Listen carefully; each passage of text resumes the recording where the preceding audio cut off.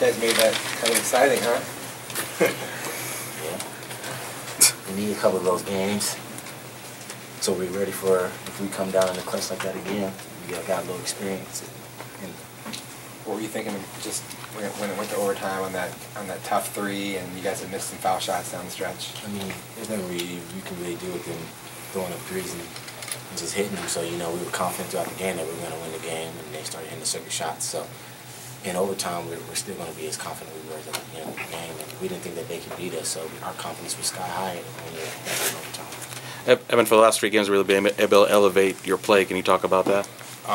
Just playing with confidence. We're playing as a team more and better the last 3 games, even though they've been, tougher games with Oregon and U of A. But,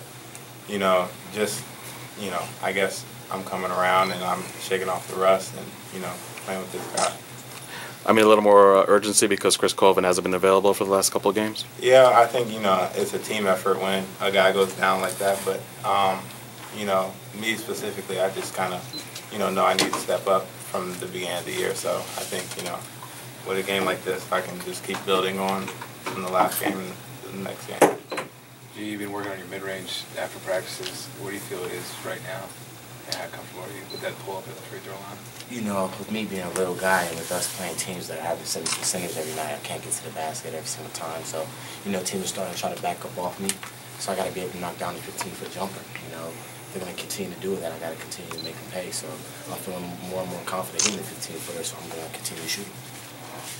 You said this was the most important weekend of the season, these 2 games. Is this one especially big now with UCLA on Saturday? Oh, yeah, definitely. With them beating the Cats, that gives them an extra boost. And with us losing to them, that gives us a little boost. So we just got the win here. They just got the win here. We're both feeling confident. So if we can get a win against UCLA, our confidence is going to go through the roof. Did you feel like most of those threes were contested, especially late in the overtime that they were hitting? Or were they good lucks on their part, USC? Oh, shoot. We were contesting. We were trying to contest them as best as we could. They're coming off many screens, and we have their hand right in the face. One arm just went up, and John, one guy did 360, but I mean, sometimes I feel it like that, and we just got to continue to try to play the best D we can. JT Terrell, I know, hit one from almost half court. So, I mean, at least we got the W. Gordon, I think you're a part of that wild play where He's just on the floor, and next thing you know, it's a fast break play for USC. What do you remember from that?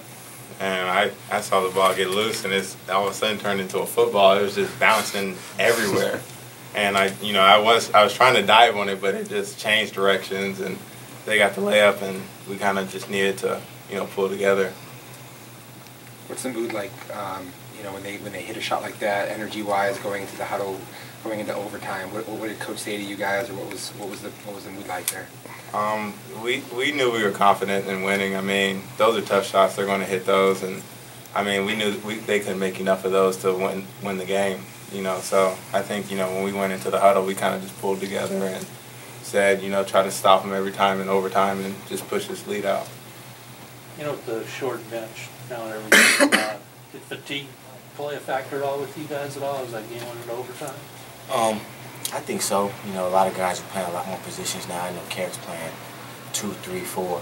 So, he's going to get banged up, tired. Evans playing 1, 2, sometimes 3. John's guarding 4 every time. So I think it's more of, guys getting hit and bodied than more, them getting tired as far as running up and down the court. I know Carrick's getting banged up, going to the basket. I'm getting banged up. But, we just fight through that for most of the time. But a lot of times you can see that on defensive end where, we're not as fast or not at the shot, contesting it as quickly, but we're trying to make our ends meet, and once we get the guy back off the little thing he's got going on, I think we'll take a step ahead from that. You picked up your second foul, I think with 4 minutes left. I think you sat out for the rest of the half, but in the second half you didn't pick up any more fouls. Is that kind of what you've learned from the Arizona game as far as without Colvin, kind of what you need to do as far as make sure that you stay in the game? Oh yeah, definitely. I gotta stay out of foul trouble. I know teams are gonna start trying to attack me to try to get me out the game and get our rhythm thrown off. I just gotta learn, contest jump shots with short hands and long hands. I like to try to jump up there and really bother the point guards on their jump shots. But that's starting to cause me fouls, and once I get in foul trouble, I'm sitting there, can't help my team as much. But in the second half, I just learned, keep my hands down. Try to check them with my body and not so much with my hands, and just try to keep them in front. And I think think that'll play a huge factor in me not getting fouls.